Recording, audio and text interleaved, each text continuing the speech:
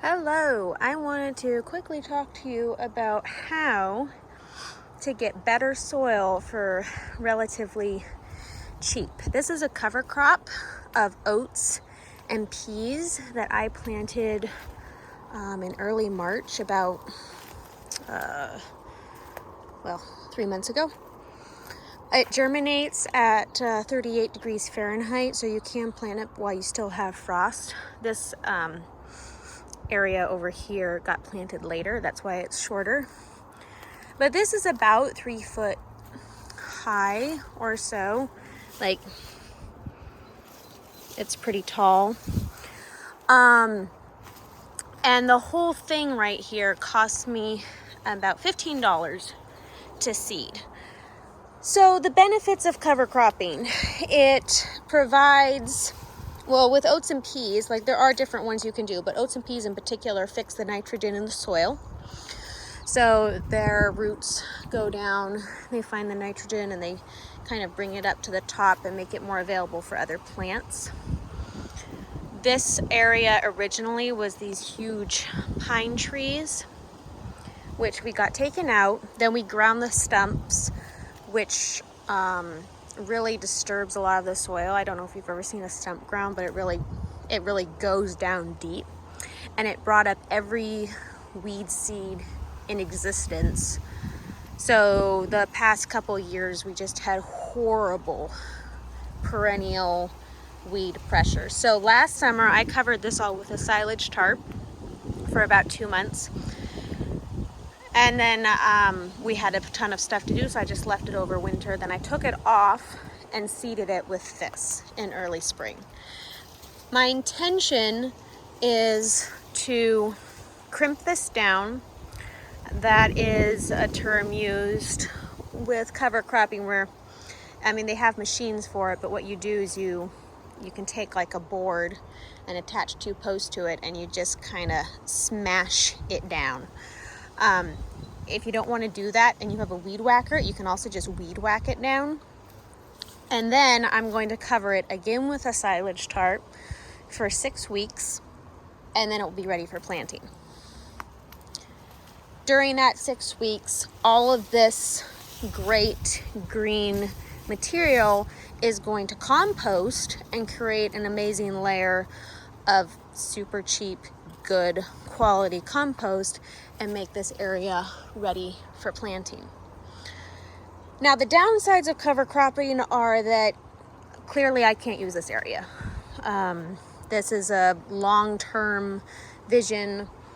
If you have a small garden, it can be hard to do, especially if you want to grow in every season. If you're wanting to grow in the winter, like to overwinter so you have early spring flowers, like you can't do this because you need that space to grow. So that's a downside of it.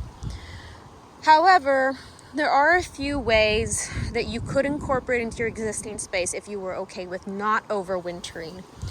One of those is you'd go about 6 weeks before your last frost and you broad sow your entire garden with this. Even when you still have flowers, like you'll still have flowers, you'll still have everything, but you scatter all the seed and you let it grow. And as it grows over those 6 weeks, the flowers are naturally going to die because it's kind of the end of the season, but this can actually stand up to colder temperatures, so it will live a little bit longer.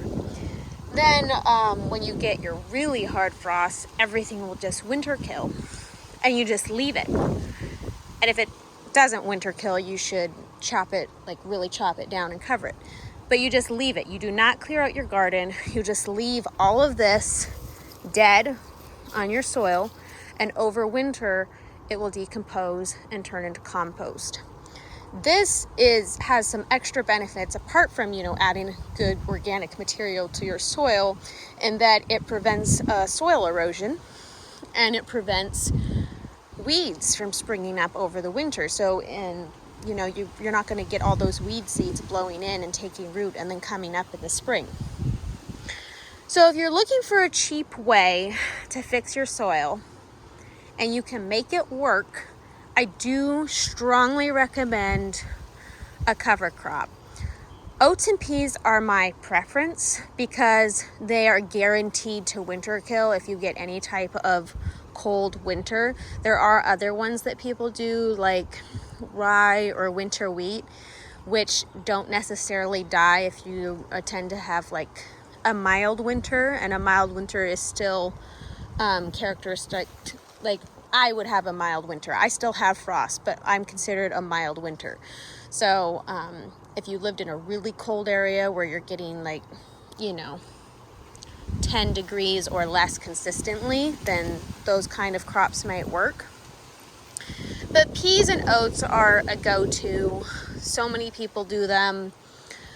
This area had horrible soil, and I'm already seeing a vast improvement in growth. And I think that once this is all done, it's going to be even better. I'm going to actually try the cover crop with my flowers in my main garden this fall. So my main garden out in my front has just tons of flowers spread throughout it, and I'm gonna broad sow peas and oats through all of my beds, and then just let it winter kill and just naturally build up my soil this way. Because one of the things that I noticed this year compared to some other years is I left a lot of the soil bare, and I've had it just compacts more over the winter when you leave it bare. It's not like that soft fluffy soil that you want.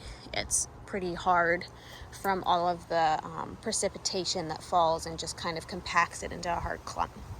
So let me know if you have any questions about cover cropping. If you have a new area that you want to turn into a garden, this summer is a great time to start getting that prepped. You could cover it with a tarp or a silage tarp or black plastic to start killing off all the weeds. So your cover crop in August, and then it will winter kill, and you'll have an amazing new area. Or you can cover crop your existing garden and have great new compost in the spring for your garden next year. So yeah, let me know if you have any questions.